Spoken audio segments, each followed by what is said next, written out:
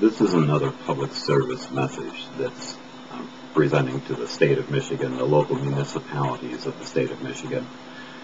There's been a flurry of activity recently to suppress medical marijuana usage in Michigan by way of passing local ordinances regulating the usage of medical marijuana in Michigan.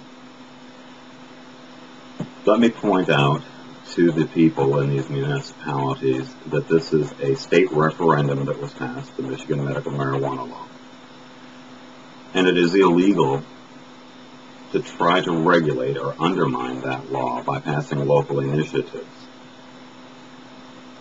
If you're going to modify medical marijuana in Michigan, that requires a 3/4 majority vote in Lansing on a state level. This cannot be accomplished on a local level. Not only is it a violation of the Michigan Medical Marijuana Law, it is also a violation of the Michigan Right to Farm Act.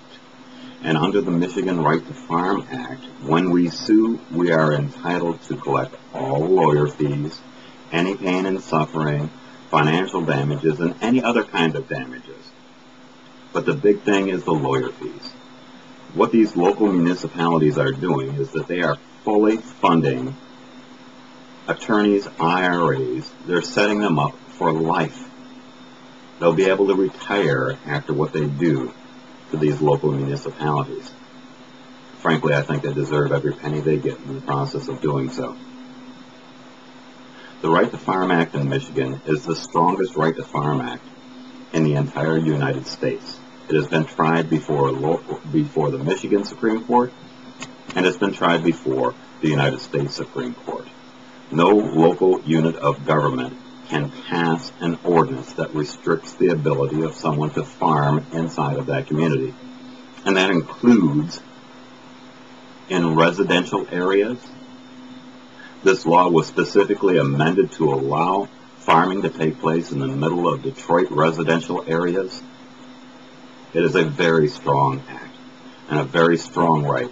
And I tell you, if growing marijuana is not farming, I have no idea what is. Growing marijuana for patients in Michigan is a farming activity, and it has the strongest protection rights of any place in the United States. We will sue. We will win. And the local taxpayers that allowed these shenanigans to take place will be stuck with the bills for years. Please keep that in mind.